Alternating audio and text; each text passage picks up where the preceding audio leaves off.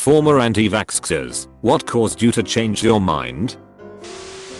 Not me, but my nonna. She's always been into oils, healing rocks, potatoes and socks, all that weird shit. When I was sick, she would give me a bath and run her hand right above my skin, from head to toe, to draw out the sickness. When my youngest cousin was born, she practically moved into my aunt's house and went everywhere with them. When she took him to get his shots, my nonna started fussing with the pediatrician and he just talked. All he did was explain shit to her, and she finally understood how batshit she sounded. She still firmly believes that my cat is gonna steal my firstborn's breath, but we're working on it. Not me, but my cousin. She was extremely anti-vax for most of her life, and she refused to vaccinate her kids when they were born. Her second baby caught whooping cough, passed it to her first kid, and they both almost died. According to her, nearly losing her kids made her realize that she was an idiot for not vaccinating them. I realized my reasons to anti-vax were actually rooted in anxiety, result of childhood trauma, and not because I was against vaccinating. The process started a little over a year ago. I just had my third, and I was homeschooling my eldest, kindergarten. The initial push to dealing with it was the regret of not being able to enroll my eldest in public school, and my newborn being at risk by having unvaccinated siblings. I took a hard look at my choices and why I hadn't vaccinated my first two, and every last one was because of fear and guilt. I found a rockstar pediatrician who didn't once judge me and got all my kids caught up. I have 3 fantastic kids that are now fully vaccinated, and I'm successfully on the road to recovery, so I can be the best person I can be for my kids. They deserve it.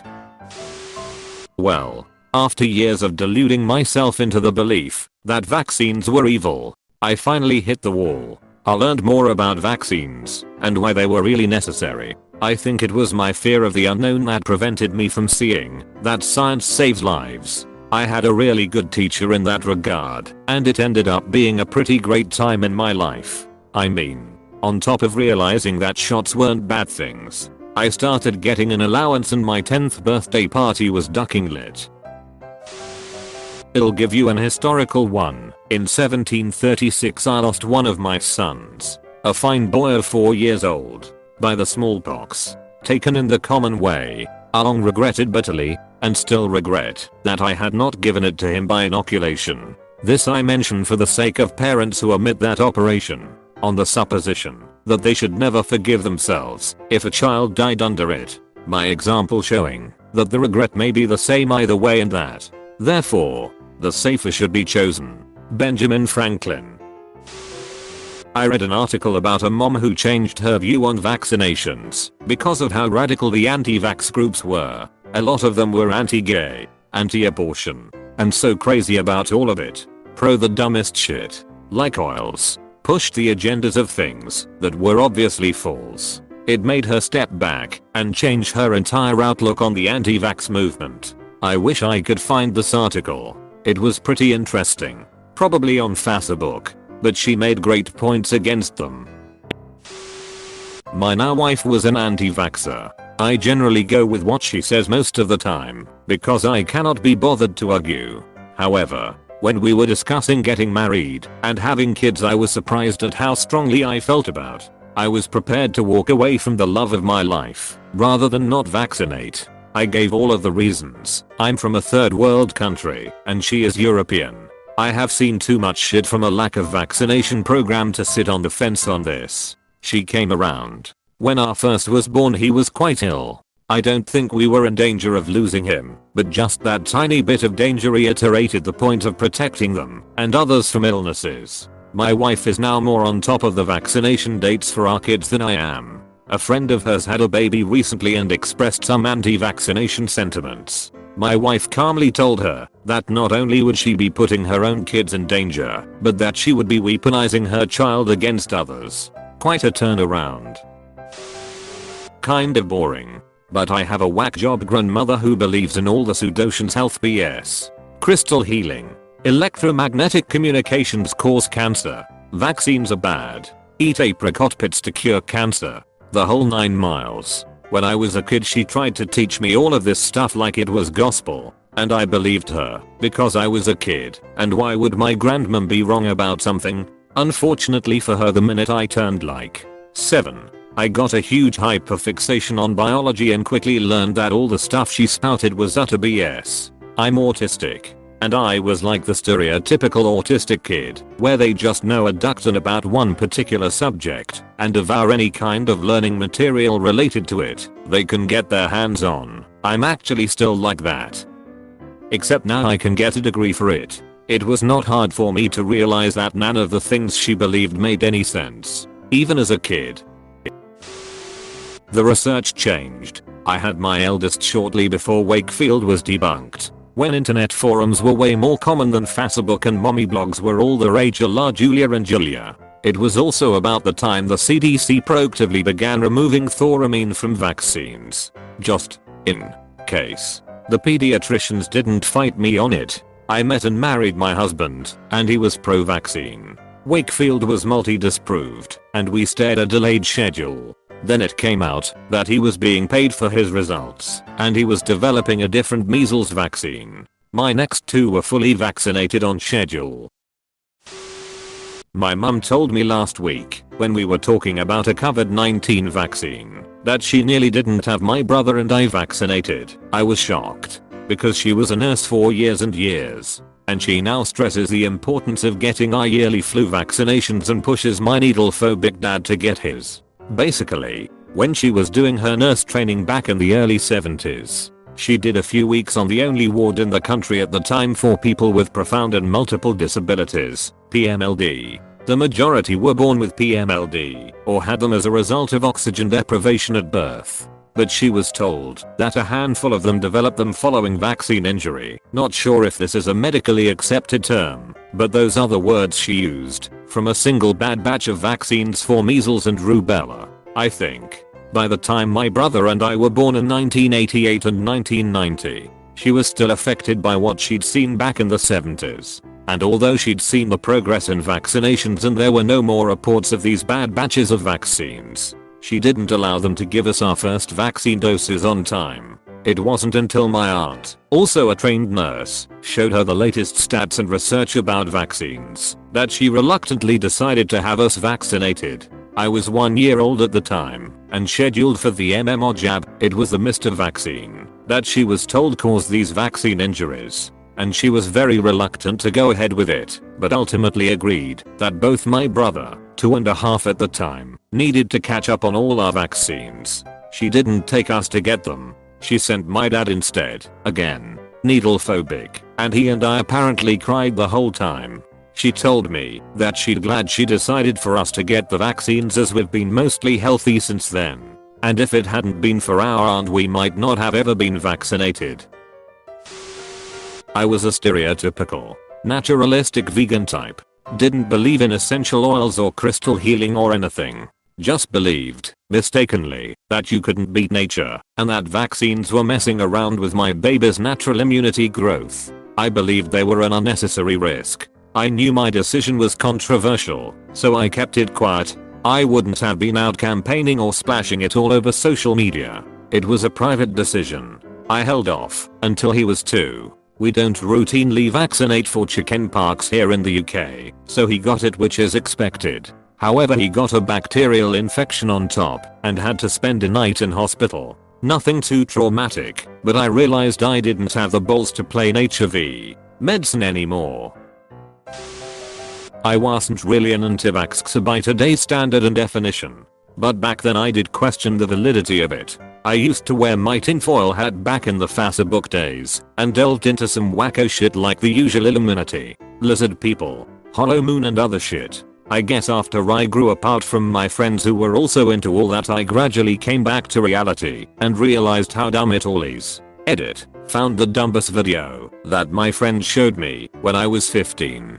Needless to say, I took this at face value and considered myself wokelink. B/Parks/KIQ. I had a phase in my early 20s where I hopped on the alternative everyone wants to secretly poison you train. Mostly because of some people that influenced me that time, and it's fascinating how easy you can slip into that mindset, mostly because it is indeed partly true. Like Big Pharma or other mostly money motivated people / companies do actually do a lot of shit that is not helping people, but quite the opposite. But it's not like single doctors or scientists want that. They mostly want facts and the truth, and for people to gain knowledge. An education with simple medical basics quickly made it clear to me that a lot of anti-vax and all the other shit people believe is either total nonsense or only a small part of the truth that ignored anything else from a medical standpoint. There is a reason why there are rules in place to determine if a study can be taken as meaningful, because if you only know part of the truth, it's easy to mistake plain coincidence or correlation for causation. But I think with these hardcore conspiracy theorists, it has nothing to do with facts or truth. It's about their mindset that anybody is out to get them. They are basically a constant victim to their own mentality. I was never anti-vaxxer, but I want to tell someone my story. I'm 14 right now. When I was little, I got some vaccines, and I thought that it was enough. 2 years ago I looked into my documents, and I realized that I didn't got like 15 vaccines. Then I got mad at my mother, who always told me that I was vaccinated. She confessed that she also lied to my dad. We both were thinking I was safe. Luckily, after that my dad brought me to the doctor and now I'm fully vaccinated. Sorry for my bad English. I joined the military very young, 17, and immediately thrown into a gauntlet of vaccines. It had some adverse effects with some of us, short-term, mild effects. Later, when being deployed overseas, I got another round along with what they called NARC, nerve agent antidote. The rumor mill and disinformation within my unit went in overdrive, basically suggesting that the NARC killed rats and not tested on humans, etc. etc. Basically, I hated and mistrusted the government, and no one was going to stick that shit in my kid. Most of the medical community I interacted with were not the best at compassionately explaining the reality of the situation. I finally came across a really good pediatrician who treated his children and their parents like human beings, and he sat me down and spelled it all out in a way that did not belittle me. For the record, I'm not an anti-vaxxer, but I wanted to comment on another poster story. As a child, I got most of the childhood diseases because they had yet to develop vaccines for them. We were among the first children to get a polio vaccine. For example, many years later, when I enrolled at a public university, I was required to show proof that I was immunized against these diseases. Since I had contracted some of them, it was fairly certain that I was immune to them. But I never had mumps. They are unpleasant for children, but dangerous for adults. I had the titer tests done, and it turned out that, even though I never caught them, I was exposed just enough to develop the antibodies. The other author found that he had no antibodies to any of the childhood diseases. My point is that through the randomness of exposure, some people never get sick, but develop immunity anyway. This is not a reliable way to develop immunity, since exposure to a live virus can easily result in an active case of the disease. Typically, a vaccine uses a weakened or dead version of the pathogen just to give the immune system something to recognize and develop antibodies against. So it would appear that many people were vaccinated without a needle. They won that particular lottery if they never developed any symptoms. A friend wasn't completely anti-vax, but had her first kid vaccinated slowly because of the mercury and all. Someone finally pointed out that the nasty stuff was like the sodium and chlorine in table salt, deadly poisons by themselves, but harmless as presented. She said she would never have questioned vaccines if that had been explained in more vaccine posters and such. Instead, they were just the diseases worse than mercury, which implied the mercury was still in a poisonous form. I'll note her kid was fully vaccinated before starting school of any kind. It wasn't just one thing, and it didn't happen all at once. I was passionately anti-vax as a teenager, simply because my parents were, I suppose. I wasn't vaccinated as a child and wrote essays for school about the evils of vaccination. But I was also very clever and good at math and science. I did a science degree focusing in physics and mathematics. And I became passionate about other things and lost my anti-vaccine fervor. And I discovered that instead of there being two sides, the big pharma dupes and the enlightened thinkers, there were more. There were anti-vaxxers. There were people, very smart ones, who had considered anti-vax arguments and found them unpersuasive. And I learned how incredibly ducking deadly measles is. And one day I realized that it completely changed my mind. Well, my mother is anti-vax, and I was too at first, only because it was all I knew. She believes that vaccinations against illnesses like mumps, measles, and chickenpox are stupid because you can just get the illness when you're a kid and then be fine in your future. This led to me being sick for many months when I was a kid because I got mumps and measles at almost the same time. I missed a lot of stuff, so there are still gaps in my learning even now. My best friend is studying human health and disease in college, so she told me what I was risking, and I had never been informed otherwise. I'm from a very small town. I haven't been vaccinated myself yet because the doctor I went to said I had to do a blood test to see what illnesses I'd already had, and then corona hit. But I'm getting them as soon as I can stop self-isolating. I'm at risk, so I don't want to have my immune system lowered further during this time. I was never a true anti-vaxxer, but when we were having our first child was the first time I ever really considered the issue when anything of consequence was on the line. The Wakefield study promoting the link between the MMR vaccine and autism had become popular a few years before, and the true depth of his bullshit wasn't as popularly known. So, I had concerns. As did my wife. I probably had equal concern about not doing it. I was deeply conflicted about making the right choice. We spoke to the pediatrician who generally accepted our concern.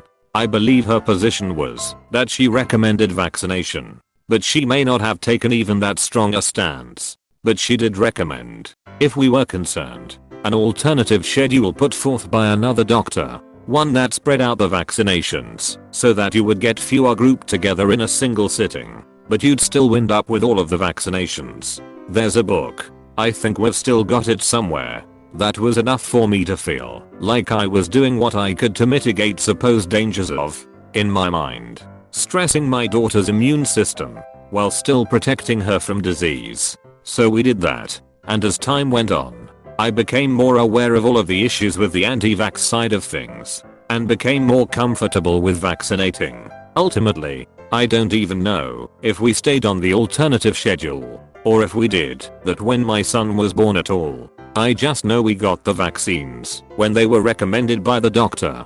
The only caveat to that is that I believe we didn't give my daughter the HPV vaccine the first time it was recommended. I suspect we will by the time she gets to high school, and will involve her in the conversation more. I had very little concern personally, but I didn't feel the need to push it at her current age and maturity level. My uncle lives in Australia and he only found out that his wife is extremely into anti-vax after the birth of their first child together. She previously had a child with a different man who didn't believe in vaccinations either, but after he had an experience or something, I don't know what happened, unfortunately, he changed his mind. It apparently started ruining their relationship and my uncle is planning on getting the vaccinations in secret in case it ruins anything between them. Thanks for watching. Don't leave before leaving a like to this video.